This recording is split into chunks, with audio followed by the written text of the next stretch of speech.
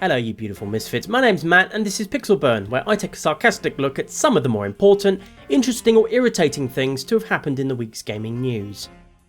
Our first story comes via Japanese financial newspaper the Nihon Keizai Shimbun, or simply the Nikkei to use its more common name, who this week published a scathing report on working conditions inside the Democratic People's Republic of Konami. Some of these allegations we are already familiar with, such as Kojima Productions being renamed and reclassified as an internal Konami development unit, and team members being denied access to the internet. But the Nikkei's report also contains other previously unheard allegations that sound so oppressive, well, let's just say it's a good thing George Orwell is already dead. The first of the Nikkei allegations is that Konami employees leaving the company offices during their lunch break have their absence monitored with time cards. Anyone who returns late is publicly shamed by having their name and misdeed announced to the rest of the company. Attention all Konami citizens, Hideo Kojima was 2 minutes and 41 seconds late back from his lunch break today. Shame! Shame! Shame! Even if an employee could somehow sneak in and out of the building without a time card, they'd still have to avoid the cameras. Not necessarily the existing security cameras, which are there to monitor the building for intruders, but new cameras Konami have had installed in office corridors for the express purpose of monitoring employees. As well as all this, for several years now, most rank and file Konami employees haven't even been allowed their own permanent company email address. They are instead allocated a random email address every few months, consisting of a few letters followed by a string of numbers. This is allegedly done to prevent corporate headhunting, because in Konami's demented fantasy world, personal email addresses don't exist, and corporate headhunters spontaneously combust into flames if they try to pick up a phone.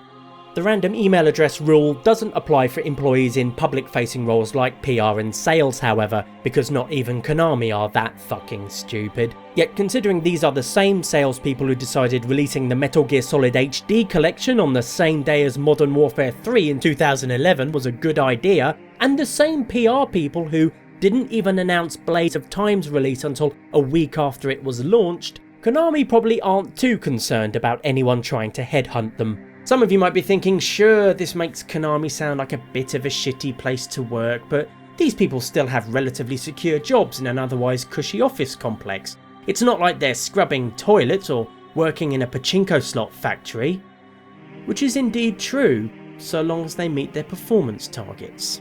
You see, perhaps the most damning of all these allegations is that Konami will temporarily reassign developers who don't meet their performance targets to other jobs, like security guards, cleaning staff at the company's fitness centres, and working at a pachinko machine parlour or factory. The Nikkei didn't go into detail about these performance targets, but this is Konami we're talking about.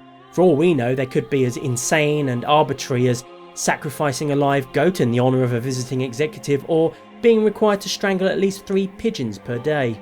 Oh, but surely only incompetent junior staff have to worry about that, right? Well no, according to the Nikkei, even senior producers who've worked on multiple big name titles have unceremoniously been demoted to disinfecting bike saddles and asking visitors if they have an appointment.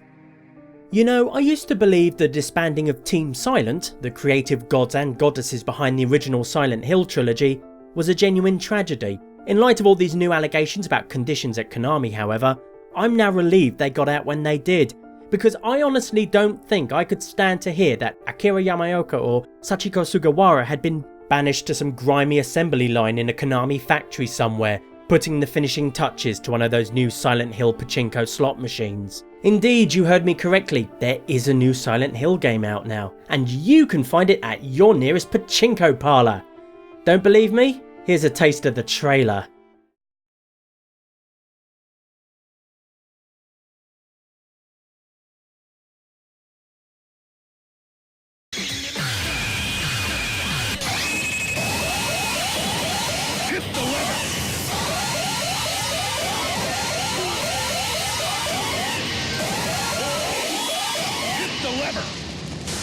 Well, that certainly conveys some of the psychological horror the series is famous for. Just not the kind I expected.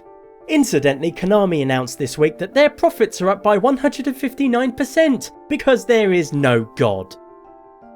In other news, ubiquitous video game voice actor Nolan North revealed this week that he is the new voice of the little ghost robot from Destiny, replacing Game of Thrones mainstay Peter Dinklage. And not just for the upcoming Taken King expansion either. According to various sources, Bungie has had Nolan North re-record all of Peter Dinklage's original dialogue to, quote, create a consistent storytelling experience from beginning to end. Meaning that as of the Taken King expansion, Peter Dinklage will no longer be in Destiny. Wow, and here I was thinking George R.R. Martin would be the first one to kill him off. Many fans and commenters have been especially critical of Dinklage's performance since Destiny's launch, with much of their mockery aimed at this little gem of dialogue. The Hive haven't been on Earth in centuries. That wizard came from the moon. A line that came in for so much stick, Bungie eventually removed it altogether. The Hive haven't been on Earth in centuries. The darkness could be a lot closer than we think. Because of course the blame for the ghost character sounding so terrible lies squarely on the shoulders of Peter Dinklage.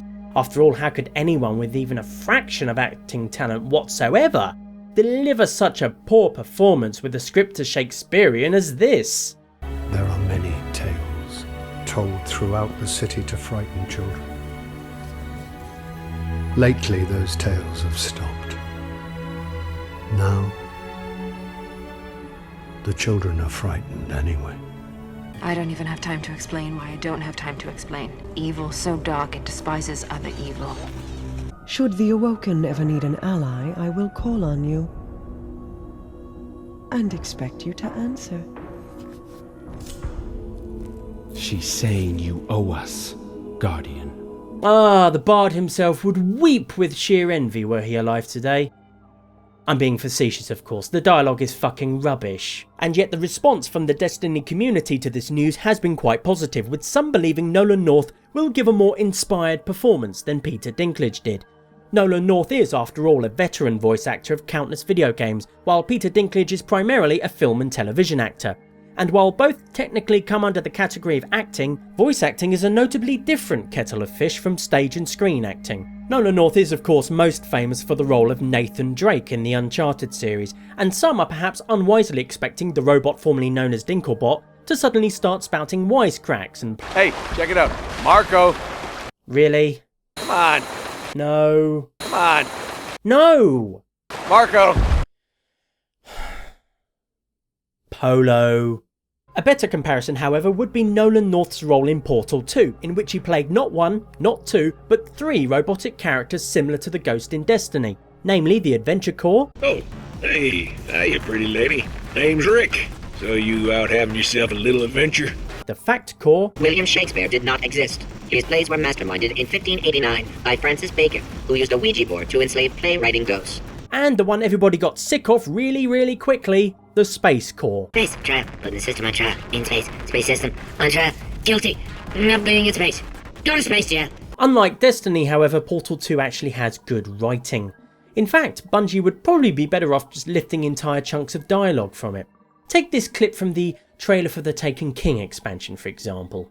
You killed his son with his own sword.